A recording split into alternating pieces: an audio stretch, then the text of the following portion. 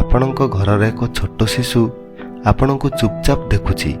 ଆପଣ ଭାବୁଛନ୍ତି ସେ ଖେଳୁଛି, କିନ୍ତୁ ପ୍ରକୃତରେ ସେ ଶିଖୁଛି ଆପଣ କିପରି କଥା କହୁଛନ୍ତି, କିପରି ରାଗ କରୁଛନ୍ତି, କିପରି ହସୁଛନ୍ତି ଆଉ କିପରି ଅନ୍ୟମାନଙ୍କ ସହ ବ୍ୟବହାର କରୁଛନ୍ତି। ସେ ପ୍ରତ୍ୟେକ ଦୃଶ୍ୟକୁ ନିଜ ହୃଦୟରେ ସଞ୍ଚୟ କରୁଛି। ଗୋଟିଏ ଶିଶୁର ମସ୍ତିଷ୍କ ପ୍ରଥମ 5 ବର୍ଷରେ ଏତେ ଦ୍ରୁତ ବିକଶିତ ହୁଏ ଯେ ଏହି ସମୟର ଅନୁଭବ ତାର ସମଗ୍ର ଜୀବନ ଉପରେ ପ୍ରଭାବ ପକାଇପାରେ। ଏହି ସମୟରେ ଶିଶୁ ଯାହା ଦେଖେ, ଶୁଣେ ଏବଂ ଅନୁଭବ କରେ ତାହା ତାର ଚିନ୍ତା ଶକ୍ତି ଏବଂ ବୁଦ୍ଧିମତ୍ତାକୁ ଗଢ଼ିବାରେ ସାହାଯ୍ୟ କରେ।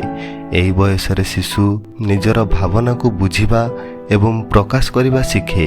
ପରିବାର ଓ ଅନ୍ୟମାନଙ୍କ ସହ ମିଳାମିଶା କରିବା, ସ୍ନେହ ଆଦର କରିବା, ଅନୁଭବ କରିବା ଏବଂ ନିଜର ଆବେଗକୁ ନିୟନ୍ତ୍ରଣ କରିବାର ଭିତ୍ତିଭୂମି ଏହି ସମୟରେ ହିଁ ସୃଷ୍ଟି ହୁଏ। ନିଜ ମାତୃଭାଷାରେ ଶିଖିବା, କଥାବାର୍ତ୍ତା କରିବା ଏବଂ ନିଜ ମନର ଭାବ ପ୍ରକାଶ କରିବା ଏହି ବୟସରେ ହିଁ ବୃଦ୍ଧି ପାଏ। ତେଣୁ ଆଜି ଆମେ କେବଳ ଗୋଟିଏ କାହାଣୀ ଶୁଣିବା ନୁହେଁ, ଆମେ ନିଜକୁ ଆଇନାରେ ଦେଖିବା। ସକାଳ 7ଟା। ରୋହନ ଜଳଖିଆ ଟେବୁଲରେ ବସିଥିଲା। ଅଫିସକୁ ଯିବାର ତରବର ଥିଲା। ତାର 4 ବର୍ଷର ଝିଅ ଅନ୍ମୀ ଗୋଟିଏ କାଗଜ ଧରି ଦୌଡ଼ି ଆସିଲା। ବାପା, ମୁଁ ଗୋଟିଏ ଚିତ୍ର ଆଙ୍କିଛି। ରୋହନ ମୋବାଇଲରୁ ଆଖି ନ ଉଠାଇ କହିଲା, ପରେ ଦେଖିବି, ମୋତେ ଡେରି ହେଉଛି। ଅନ୍ମୀ ଚୁପଚାପ ଚାଲିଗଲା। ପରଦିନ ପୁଣି ସେଇ ଘଟଣା। ତା ପରଦିନ ମଧ୍ୟ ସେଇ କଥା। ଦିନଗୁଡ଼ିକ ବିତିଗଲା। ଅନ୍ମୀ ଆଉ କେବେ ନିଜ ଚିତ୍ର ଦେଖାଇବାକୁ ଆସିଲା ନାହିଁ। କିଛି ମାସ ପରେ ସ୍କୁଲରେ ମୋର ପରିବାର ବିଷୟରେ ଚିତ୍ର ଆଙ୍କିବାକୁ କୁହାଗଲା।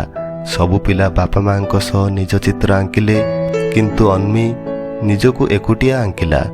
ଶିକ୍ଷୟିତ୍ରୀ ପଚାରିଲେ, ତୁମ ବାପା ମା କେଉଁଠି? ଅନ୍ମୀ ଶାନ୍ତ ସ୍ୱରରେ କହିଲା, ସେମାନେ ସବୁବେଳେ ବ୍ୟସ୍ତ ଥାଆନ୍ତି, ମୁଁ ସେମାନଙ୍କୁ ବିରକ୍ତ କରେନି। ସେଇ କଥା ଶୁଣି ଶିକ୍ଷୟିତ୍ରୀଙ୍କ ଆଖି ଭିଜିଗଲା। ପରଦିନ ସେ ରୋହନକୁ ସ୍କୁଲକୁ ଡାକିଲେ ଏବଂ ସେଇ ଚିତ୍ରଟି ଦେଖାଇ କହିଲେ, ଆପଣଙ୍କ ଝିଅର ସବୁଠାରୁ ବଡ଼ ଅଭାବ ଖେଳନା ନୁହେଁ, ଆପଣଙ୍କ ସମୟ। ରୋହନଙ୍କ ଆଖିରୁ ଲୁହ ଗଡ଼ି ପଡ଼ିଲା। ସେ ବୁଝିଲେ ପିଲାମାନେ ଦାମୀ ଉପହାରକୁ ମନେ ରଖନ୍ତି ନାହିଁ, ସେମାନେ ମନେ ରଖନ୍ତି କିଏ ତାଙ୍କ କଥା ଶୁଣିଲା, କିଏ ତାଙ୍କ ସହ ହସିଲା, କିଏ ତାଙ୍କୁ ସମୟ ଦେଲା। ସେଇଦିନଠାରୁ ରୋହନ ଗୋଟିଏ ନିୟମ କଲେ। ଘରକୁ ଆସିବା ପରେ ପ୍ରଥମ 1 ଘଣ୍ଟା ନା ମୋବାଇଲ ନା ଲାପଟପ୍, କେବଳ ପରିବାର। କିଛି ମାସ ପରେ ଅନ୍ମୀ ପୁଣି ଚିତ୍ର ଆଙ୍କିଲା। ଏଥର ସେଇ ଚିତ୍ରରେ ସମଗ୍ର ପରିବାର ହସୁଥିଲେ।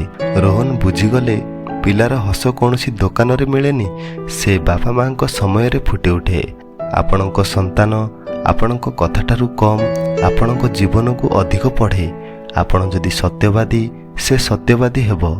ଆପଣ ଯଦି ଧୈର୍ଯ୍ୟଶୀଳ, ସେ ଧୈର୍ଯ୍ୟ ଶିଖିବ।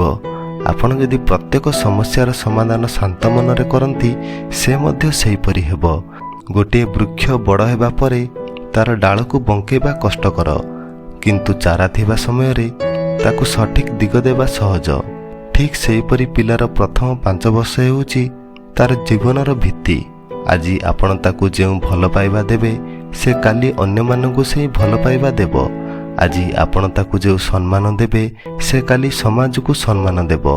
ଆଜି ଆପଣ ତାକୁ ଯେଉଁ ଧୈର୍ଯ୍ୟ ଶିଖାଇବେ, ସେ କାଲି ଜୀବନର ପ୍ରତ୍ୟେକ ସମସ୍ୟାକୁ ସାହସର ସହ ସାମ୍ନା କରିବ। ତେଣୁ ନିଜ ସନ୍ତାନକୁ ବଦଳାଇବା ପୂର୍ବରୁ ପ୍ରଥମେ ନିଜକୁ ବଦଳାଇବା ଦରକାର। କାରଣ ପିଲାମାନଙ୍କର ପ୍ରଥମ ଶିକ୍ଷକ ସ୍କୁଲ ନୁହେଁ, ପ୍ରଥମ ଶିକ୍ଷକ ହେଉଛନ୍ତି ମା ବାପା। ଆଉ ସେମାନଙ୍କ ପ୍ରଥମ ପାଠ୍ୟପୁସ୍ତକ କୌଣସି ବହି ନୁହେଁ, ସେମାନଙ୍କ ପ୍ରଥମ ପାଠ୍ୟପୁସ୍ତକ ହେଉଛି ମା ବାପାଙ୍କ ଆଚରଣ। ପ୍ରଥମ 5 ବର୍ଷରେ ଶିଶୁକୁ ମିଳୁଥିବା ସ୍ନେହ, ନିରାପତ୍ତା, ସଠିକ୍ ଆହାର ଏବଂ ସକାରାତ୍ମକ ପରିବେଶ ତାର ସମଗ୍ର ଜୀବନର ବ୍ୟକ୍ତିତ୍ୱ ଏବଂ ଭବିଷ୍ୟତ ସଫଳତାର ଦିଗ ନିର୍ଣ୍ଣୟ କରେ। ଶିଶୁର ଭବିଷ୍ୟତ କେବଳ ତାର ଭାଗ୍ୟରେ ଲେଖା ନଥାଏ, ବରଂ ବାପା ମାଙ୍କ ପ୍ରତିଦିନର ଛୋଟ ଛୋଟ ବ୍ୟବହାରରେ ଗଢ଼ାଯାଏ।